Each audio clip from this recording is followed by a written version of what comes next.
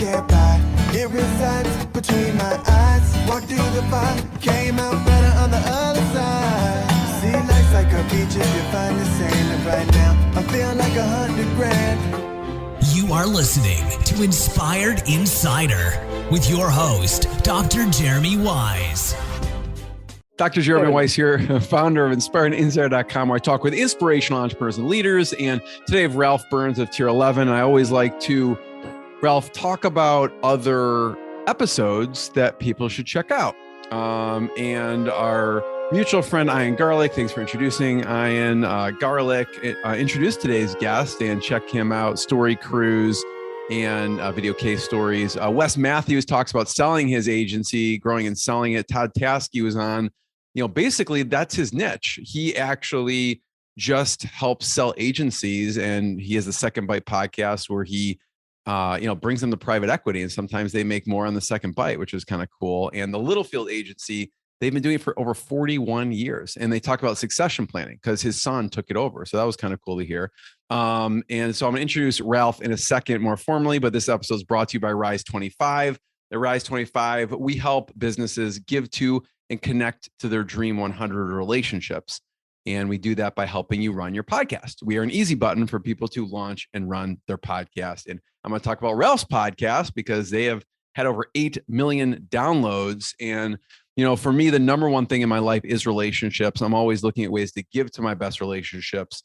And I've found no better way than to profile them, their company, their thought leadership on my podcast and let everyone know what they are doing and add value to the world. So if you've thought about podcasting, you should. I've been saying that for over a decade. If you have questions, you go to rise25.com and email us if you have anything. I see you nodding there, Ralph, too. I agree. Yeah, totally. Ralph Burns is the founder and CEO of Tier 11. They're a digital marketing agency that uses a proprietary system called the Customer Acquisition Amplification. And what it does is unlocks the online potential of a purpose-driven business to help them scale and grow.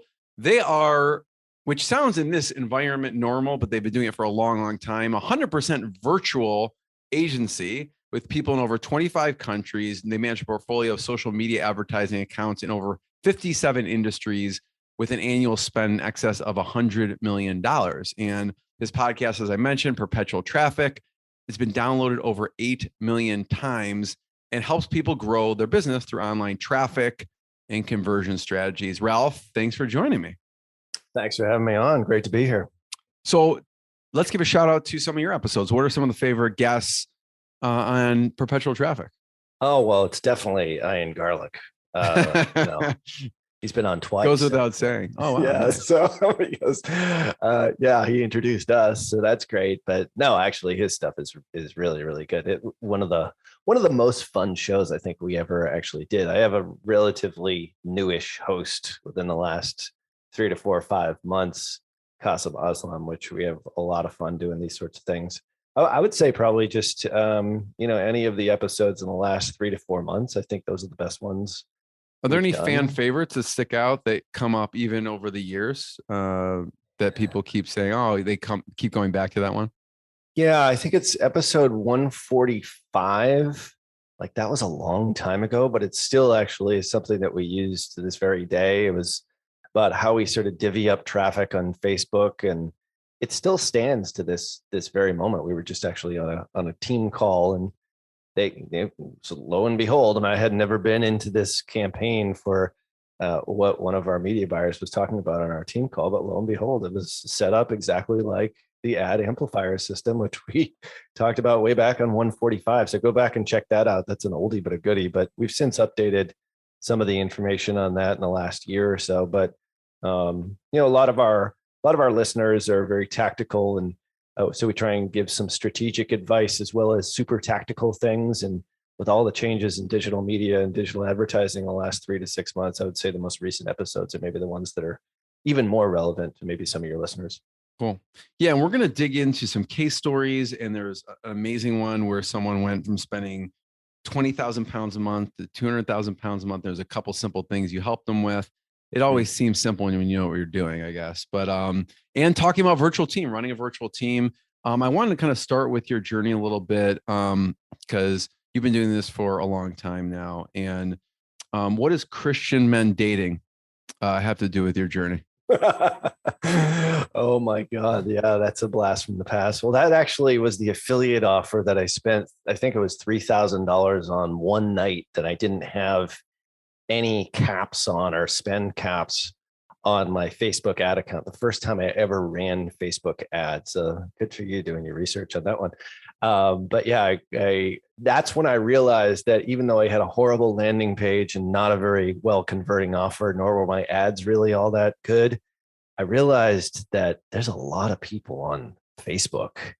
And this was back in 2009, 2010, maybe like right around that time, maybe like January 2010, when Facebook had the right-hand rail ads and I was an affiliate. That's how I was sort of getting into what I eventually are doing right now, is that I sold affiliate offers by eating what I killed, I suppose. In this case, it was leads for Christian Mingle, which is just, my wife hates when I tell this story, but it's true because I was just I had to figure out a way to make money because I just did not want to go back to the corporate world after getting fired twice.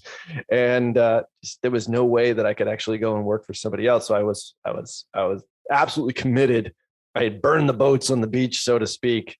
And thankfully, my wife had a pretty good job. So I wasn't starving per se, even though we had some young kids that were eating a whole lot and could have eaten us out of house and home at that point in time. But yeah, so the Christian Mingle offer was one that I first tried on Facebook. And it was great because there was only really the type of targeting that was on Facebook was how old somebody was, where they lived, what their marital status was, and if they're interested in men, women, or other, I guess, at that point, or if they were single. And I'm like, well, this is great for a dating offer. And then a year or two later, Facebook changed all that with really super specific targeting, which they still have to this day. But yeah, that was my first foray into Facebook ads, and went full time as an agency in 2012, just because the platform was so damn good, and it still is today. So I guess when someone's choosing an offer, sex, money, health are all good categories to look at. When you go back, Ralph, if you went back right now to that time, what would you do differently with running the ads or maybe creating auxiliary materials? What would you do? yeah. I mean, they say it's now all you about, have a lot of expertise. So right. It's health, wealth, and relationships, I suppose, like the three big categories. But I suppose I would have worked on my landing page a little bit more, and I would have learned a little bit more of the rules of how to do stop loss and how to do spend limits on Facebook. And I don't think that was something that they had back then. But if I knew what I know now, I think that was it was more of just a revelation that this was another traffic source. Because I think, when I was an affiliate at that point in time, I was doing two things. I was buying display. I was literally calling up, if you can believe this, calling up websites that had content that was similar to the offer that I was trying to sell. And I would buy space literally on the phone with the website owner. I don't even know how I got their name and number, but somehow I did. I think I did a who is lookup or whatever it happens to be. And that's how I started. So I was looking for like a really, really reliable traffic source because you were placing like a banner ad on a site that you knew. That's genius. I mean, people could do that today, like go on like SEM Rush or something, find out what, obviously you buy at scale with ad networks, but you could approach some site and say, I just want to put this banner on your site that doesn't. Yeah. I remember that the site was like, when it was WAHM, work at home moms. And I was selling a work at home program that was specific for females. So this was a different offer, not the one on Christian Mingle. But the point is I did get a banner placed on their site because they ranked really well organically, I believe, for work at home mothers or work at home products. So I just figured out, okay, 1, 2, 3, anything above the fold, I'm going to call all those because I want those keywords. I don't want to have to pay for them through pay-per-click. And that's how I got even more traffic. And then I eventually figured out a way in which to actually pay for those keywords with the affiliate offers, which led to a few Google ad account bans, which I probably That still sort of haunts me to this day. Every now if I use a certain email, like these bad things happen inside Google. But anyway, we don't need to let them know that. But I think you just have to gut it out. It's like you just got to figure out a way to do it. Like there was no turning back, and I was going to do whatever it took in order to make this thing work, because my back was to the wall. I did not want to go back working for somebody else, working for a-holes, which is what I was doing at that point in time, and make this thing a go of it. And here we are today, 10 plus years later. Ralph, one of the things when I look at your site, you do traffic, you also talk to people about conversion optimization. I mean, you're forced into that in some respect because you could drive as much traffic as possible, but if their site or landing page is terrible, then your work is for nothing. So I'd love to hear some mistakes people make with landing pages, and your thoughts around that. Yeah, it's interesting. We just hired a great guy that we talked exactly about this today. It was sort of his first week, and one of the things that we do when people come on board is that they have a call with me just to kind of check in. And I'm not necessarily part of the interviewing process because we have people that do that. And he said, it's great that Tier 11 does all this after the click stuff because so many agencies don't do it. And I think a lot of agencies don't do it, nor do they even pay any attention to it. It's like everything up to the click, that's our job. And then everything after the click, that's your job, Mr. Customer or Mr. Business Owner. And I think it's somewhat negligent of an agency to not at least give some insight into what they think will work after the click. And when I was first starting this back in 2012, 2013, I would do the ads and I would also create the landing pages. And that's how I did it. And then I think we all became so specialized and just got away from it. And about 2+ years ago, we realized that, all right, traffic costs are going up. Nothing's getting cheaper. There's lots of competition. And we swung back to doing that. And we still now do that to this day. We always advise customers on what to do. And that's why we hire super smart media buyers that also understand conversion. But now we offer all of that as a service. And we've been doing that as sort of a package deal for the last couple of years. And it's worked out really well. What mistakes do people make? I don't know if there's a site that sticks out to you. I could even pull one up. I should have asked you before of maybe when you go to it, you frequent, it just gets to you. Like you want them to, if they change this or this, it would improve. Or what are some of the common things you see people doing wrong with their landing pages? Yeah. I mean, I think you can go to, just about any, I hate to generalize, but any big brand where there's a pay-per-click ad and just do a Google search and then click from whatever search term that you put in and look at their landing page. And there usually isn't any sort of resonance between the message and the ad that you just clicked on and the page that you got to. And I still think you have to have resonance between what I'm expecting and what actually happens once you click, because unless you're using, an in-platform measurement tool or an in-platform device like, Instagram shopping or Facebook shops where everything is on the platform, you still have to do the work after the click. And the job of an advertiser is not just a one-sided part to things. So I think any pay-per-click ad, Home Depot. I don't know why that stuck out to me. I just put Home Depot, obviously they have an ad running here and that's a branded search ad. So that would be, all right. Like, let's say I want, I don't know. Maybe I should do like tools or something. A drill or like a power saw or something like that. You would expect that one of the first ads from Home Depot would actually have a drill or a power saw. Or once you get past your Google shopping. So there's a good example of one right there. If you click that.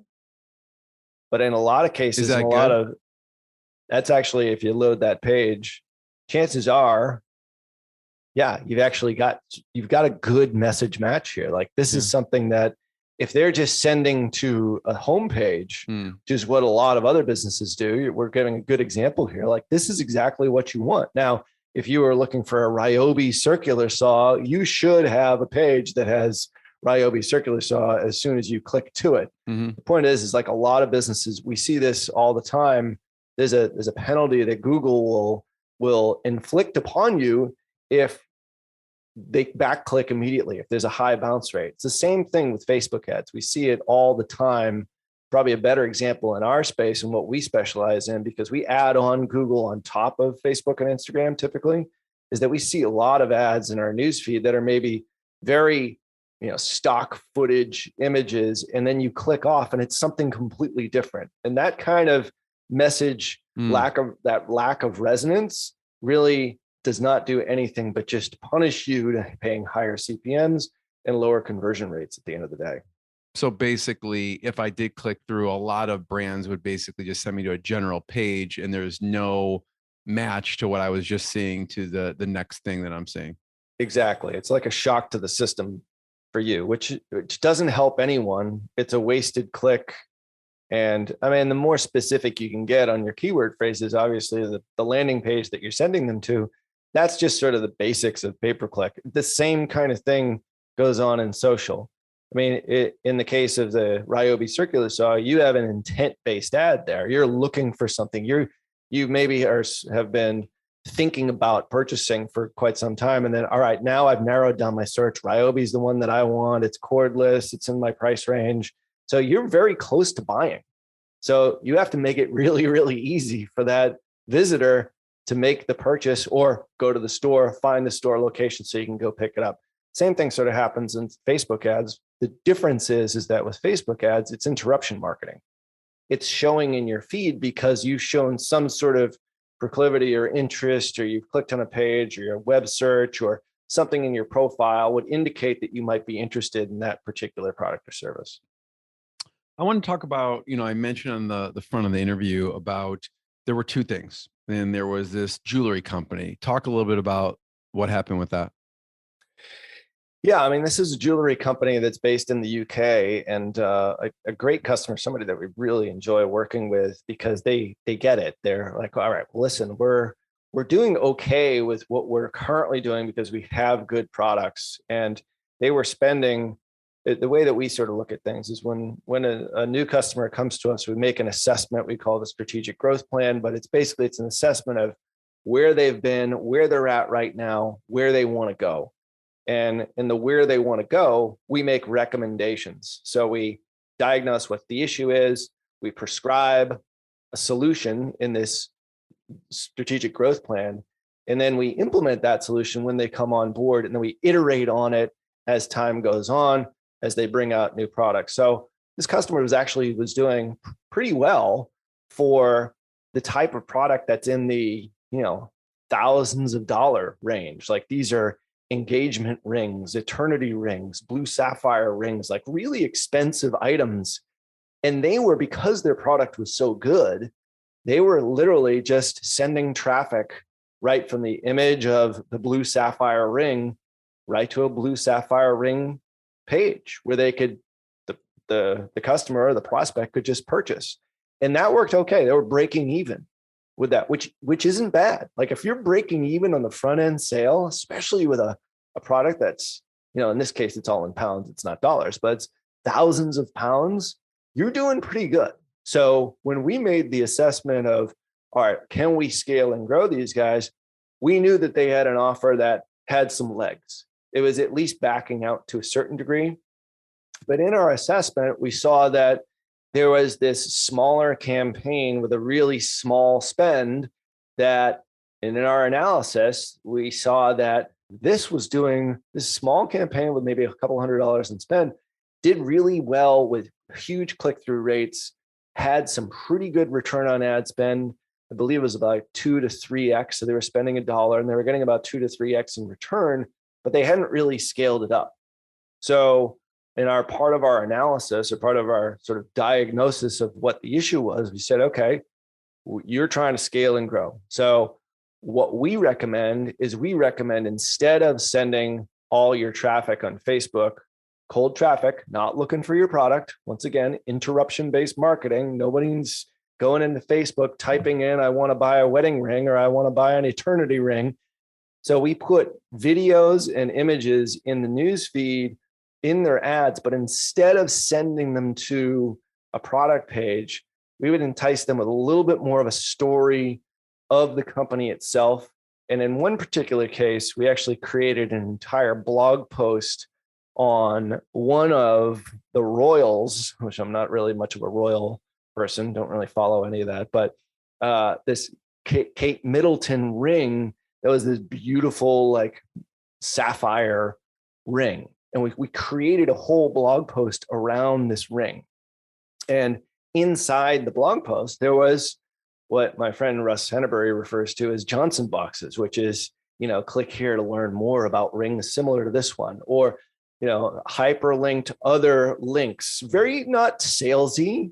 We made it, we kind of squashed the right-hand rail on the blog post a little bit to the side and eliminated some of the things that would click off. But what we noticed is that once we redid this blog post and put a story behind it, all of a sudden we weren't getting just a 0.8 return on ad spend. All of a sudden we started to get 2, 3, 4x return. And the best part is that when we combine this with a second campaign of people who had clicked, landed on that page, that blog post, and then we retargeted them with just pure product ads, like really simple stuff. This is not rocket science by any stretch, Jeremy. I mean, this is like really kind of simple. We're like, wow, the combination of the two allowed them to 10x their monthly ad spend in the month of November. And they ended up pulling in about 1.5 million in revenue in the month of November. Now that was a great month. That's a Black Friday month. They had a great sale going on. They had a really good product.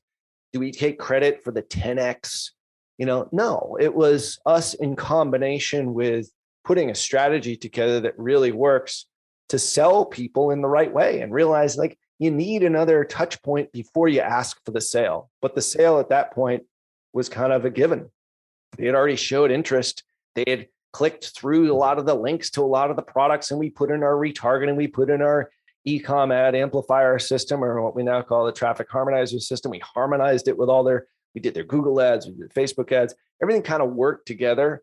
And now this customer is selling, hundreds of thousands of dollars worth of these rings every single month profitably on the first transaction, not to mention all the stuff they make in the back end once they become a customer, which is the real reason why you run Facebook ads and why you're trying to grow and scale, is acquiring customers and then sell them over and over again, or upsell them, with certain different service offerings and that kind of thing. And that's sort of our goal as an agency, is to do that for purpose-driven companies that we really believe in, have a great story. And this case is a good example of that. And so the two things would be really double downing on creating an amazing blog post with a lot of content, and then doing retargeting to anyone who hits that. Yeah, I would say that's the easiest thing to do oftentimes, is to take your best piece of content and just put it on your page and just post on a regular basis, and then maybe boost it with a couple of bucks, in this case, a couple of pounds, like $5. Because what you'll find out is which content, which front end hook message will give you an indication as to what maybe you should create ads around, and then put hundreds of thousands of dollars behind it. And it's a really easy way for you as a business owner to get a signal initially. Like, this is a few dollars a day. Now, my friend Dennis Hughes says this, just boost a post for a couple of bucks a day. Absolutely. That's what you should do. You have to kind of create content on a regular basis. We do it at Tier 11. We do that as well for all of our customers. And our customers, remember, like an ad on Facebook is a page post. It is a post from your page. So the more content you actually have on your Facebook page, the friendlier Facebook typically is for you. And if you have engagement on those posts, even better. But the ones with the most engagement, like a 5%, 7%, 10% engagement rate, which is really easy to see inside your page insights, like those are ones you might want to actually turn into an ad, because people are engaging with it. As long as it's relating to your product or service, it's a really good low-cost way to start. Yeah. A lot of people will ask me, Ralph, should I create a webinar? Is a webinar right? Do you have any good case stories to talk about on kind of how you structure a webinar funnel and the type of industry it was in? Yeah, webinars still work. I mean, I think there was a time when people thought that webinars maybe had their day. They still work to this day. We're in the throes of one right now for a customer in the education space. And this is the lead gen component of webinars, I think, is really, really important. I think sending cold traffic to a webinar, depending on what your space is far more challenging from a cost per acquisition or cost per registration phase. But I think one of the things that we've noticed, and we have a lot of customers that do webinars, either whether it's evergreen or whether it's episodic. This one in particular is using one that's it's a launch right now, using a webinar, using a chunky piece of educational content to ultimately sell, not an extremely high ticket item, but hundreds of dollars, several $100s for the ask, is to create leads, to constantly be creating lists of leads, always doing that, always creating some kind of way to create warmish audiences. And those warmish audiences could be video views. One of the other strategies that we use with this jewelry customer is that we started to do video posts that they might not sell on that post itself or on that ad, but what we could do is if they engaged a certain percentage of the video, that's a pretty warm audience. And that's an audience that's on Facebook. iOS doesn't change that. You still capture all those audiences. It's first party data you're taking from Facebook. And then you can retarget those people for your webinar, for sort of that next step. If you're constantly out there gathering leads, we do it at Tier 11. We do a lead gen campaign. It's evergreen. We change it up every now and then we email. We use the two in combination with each other, especially if you're trying to sell a high ticket item. People that are cold to you don't know who you are, and you're trying to sell them $2,000, $3,000, $4,000 products. You're gonna have a hard time selling them to cold traffic. I mean, you get some. The point is like there is a process here, and I think we've realized that, especially in competitive spaces like biz ops space, the make money space, the self-development space, constant lead gen is an absolute must. So you got to have a good front end lead magnet. You got to have something to be able to give away in exchange for a name and an email address, and then utilizing those audiences in your launches is a strategy for success. Are you finding people, Ralph, are using YouTube ads in this scenario? To me, it seems like, oh, you're watching a video and then where do you find YouTube ads fall in? I haven't seen that. I mean, I know that there's some people that have used YouTube ads for webinar lead gen. I haven't seen it. Not as common. It's not as common. We do a fair amount on YouTube, and a lot of that is boosting of content or going straight to a potential offer, especially if it's it's in the multiple $100 range. But we've had a couple of customers that have added on to their Facebook spend for a webinar.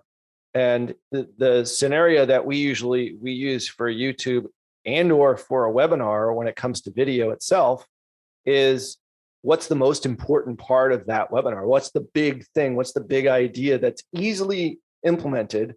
Is maybe a small chunk of the overall content that's being presented on the webinar that can get them the quick win right now. And we use a video strategy called the teach and pitch, where we might start off with some kind of way in which to gather their attention and then give them some little tip and then say, hey, if this was helpful for you and you can visualize yourself actually utilizing this and getting the result that you're looking for based upon whatever my product happens to be, I've got 7 other things that I teach a lot of my students, and I'm holding a free webinar next Tuesday. Click the link in and around this video to register.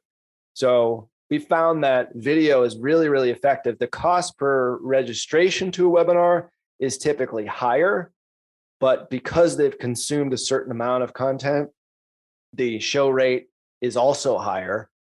And then once again, when you're using video on the front end, same as on YouTube, you can then retarget those audience to make sure they show up.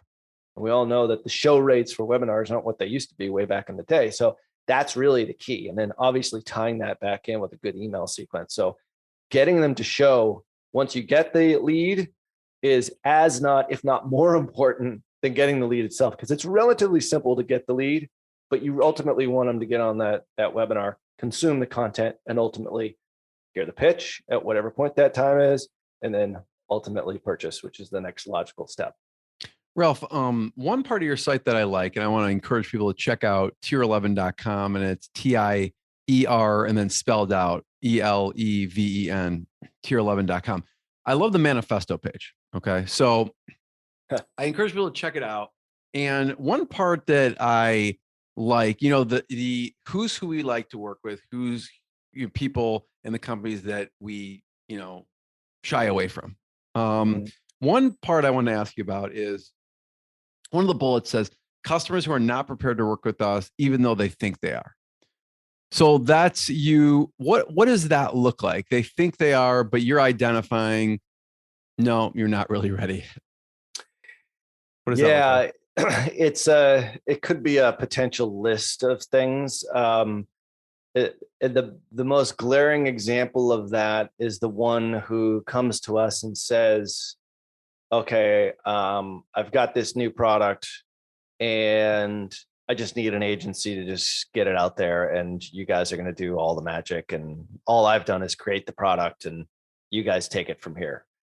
That raises a lot of red flags for me, unless it's a current customer. And we do this all the time for customers. Like, all right, you've got they're going to launch a new product. Yeah. They're going to launch a new product. That's a whole different thing. If it's to a completely different audience, there's a conversation that goes on there. But if it's an add-on or it's slightly different, it's in the same niche, no problem. We'll certainly do that. And that's part of our service. We don't know who they are. I mean, and our team is pretty well schooled on how to do this tactfully. It's like, I typically will tell people, like, listen, guys, I don't know who really you are, but unless you're prepared to spend $30,000 a month for 4 months, probably about 120 grand to test and figure out, or try and give them a big number to kind of scare them off a bit. Like, unless you have that runway, we have no idea whether or not the world wants what you have. So what I would do instead is get out your credit card. We've got some training that we can give you, or and you do it on your own, test it out for a couple of months, and then come back to us. If they're really adamant about hiring an agency, we might reference it out to partners of ours that work with Smaller customers company. with maybe smaller budgets, that kind of thing. So, because at the end of the day, it's like, that's a formula that we found really doesn't work. Now, the flip side to that is, so for example, we have a customer who's coming on board. They do $25 million in direct mail sales. Like, they have an offer that works, and they have runway, and they're a mature business, but they have not been able to figure out Facebook, social, anything digital, and they've got a great business.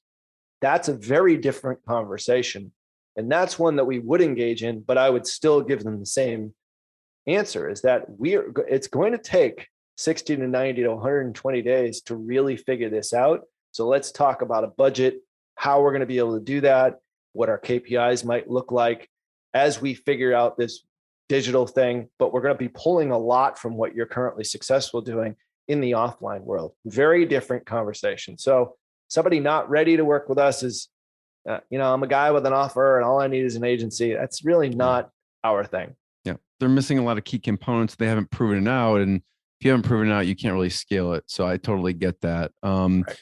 I know we have a little bit of time left. I wanted you to talk about, running a 100% virtual company and some of the things that you do to maintain culture. You have over 60 people. They're all over on different continents, different countries. What are some of the things, everyone can learn from you about helping culture when we're all over the place in virtual? Yeah, I think, this is not something that I purposely, when I said I'm going to start a virtual company, and then that's like, now it's a thing. But after the second time I was fired, I had 20 years in the corporate world where I was running sales teams, and I ran the East Coast sales division for a Fortune 500 company. Was doing great. That was when they realized I was doing this moonlighting thing on the side, which I had my own blog, and then they fired me as a result of that. But anyway, that's a whole other story. But my teams, and there were hundreds of salespeople and multiple dozens of district sales managers who all rolled up to me, and I was running, in essence, a virtual sales team. I would go out into the field and visit with either a DSM or maybe a sales rep, an account executive. I would do stuff in the field, but most of the time I was sort of running things from either the office with a couple of days in the field in the middle of it. And I got kind of adept at how you had to wrangle salespeople. That's not an easy job. Yeah, it was not an easy job for sure, but it was one that I actually really enjoyed doing, because I think it's, as any business owner, this, like, selling is such an essential skill. And I didn't learn how to do it in college. I had to go out and figure it out on my own. So there was a basis for a business there. And I never really felt that the office environment was all that important. Now, there is value to it no matter what, but there's pros and cons. There's the commute, there's the wasted time, there's the boss sort of looking over your shoulder. And I said, if you can hire the right types of people who I just trust to do the job. At the end of the day, I was running sales teams, and it was all about, doesn't matter. I don't really care how many hours you work. What I care about is that it's the numbers at the end of the month, the quarter, your quota, all that. So it's very much managed by behaviors and actions, so much so that I realized that I wasn't ever going to be somebody who said, you need to be out in the field at 8 and be back at home at 5. It just didn't matter.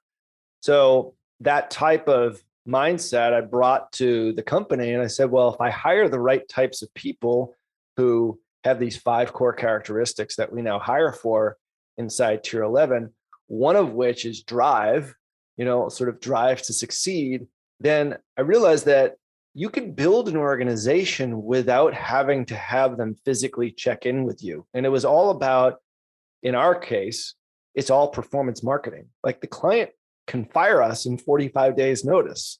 So, and at that point in time, I was paying basically everybody based upon our revenue. So they were highly incentivized to do the job as best as they possibly could. And what we found, Jeremy, in running a virtual organization is that once you get the right people in the right seats on the bus, so to speak, it's not about getting them to work more. It's actually putting benchmarks in place and guidelines in place for them to take time off. Because more people at Tier 11 I've seen suffered from burnout because they didn't take the time off than they did because they were lazy, or we got rid of them because they weren't doing their job. Everyone was overachieving. So I think if you trust people to do the right thing and you hire the right types of people that fit within, the tenets of your organization, I think it's a really good formula for success. And we have a very good hiring process. And like I said, we hire for 5 core characteristics, and it's worked out really well for us. Those 4 are drive. What else? Well, it's hunger is drive, is humble, hungry, smart, precise, and gets shit done. Those are the 5 that we look at. Now, we just amended get shit done too. I know we're going to get an explicit rating now on iTunes, but GSRD, or GRSD, get the right shit done, as opposed to just working. What we noticed is that people who you don't have to ask twice to get something, like I asked once. It's like, when can you get that to me by? Oh, I can get that to you by Monday morning at 8 a.m. I set my little Slack, reminder if I need to. And sure enough, they typically will send it by Sunday at midnight. So the point is there is those 5 components right there. So humble, hungry, smart. Smart is more emotional IQ. Okay. And then precision, which is really important in our business. You've got to be precise, whether you're writing ad copy, you're buying media, you're a dev person. And then last but not least is GRSD. So, Ralph, I don't know if you have to hop off. I had one last question. And I want to point people towards Tier 11. Check out tier11.com, Perpetual Traffic, the podcast. They do amazing work there. So check everything out.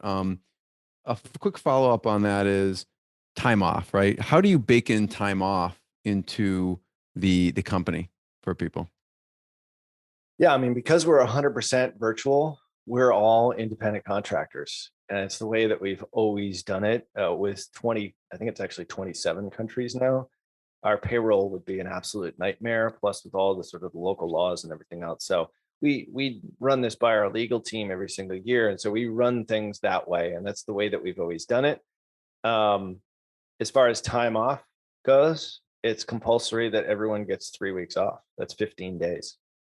And we don't say specifically holidays, but it's written in to our agreements, and not necessarily our agreements, but it's written in our SOPs that you have to take this time off. And we monitor it, and we actually have someone on staff who makes sure that people are taking time off, and like people don't get burned out, because this is like, it's 24/7 with advertising.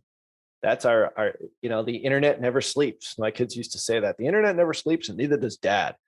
Now I sleep, thankfully, because I have really good people, but I make sure that they sleep, because that's our biggest safeguard. As long as we've got those 5 key characteristics, our core values, whatever it is that you want to call it, it's like we make sure that people do take time off and are good for them, good to themselves, and take care of themselves.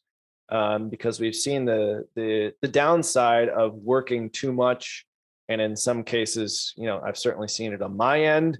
And even in some cases for people who have worked in Tier 11, unless you put in those benchmarks as much as you possibly can, this business can really take a toll on you. And we try to prevent that as much as we possibly can. Yeah. Everyone check out tier11.com, Perpetual Traffic podcast. Check out Rise 25, Inspired Insider. Ralph, thank you so much. Thanks for having me. What I got, you can't buy. It resides between my eyes. Walked through the fire, came out better on the other side. See, life's like a beach if you find the sailing right now. I feel like $100 grand.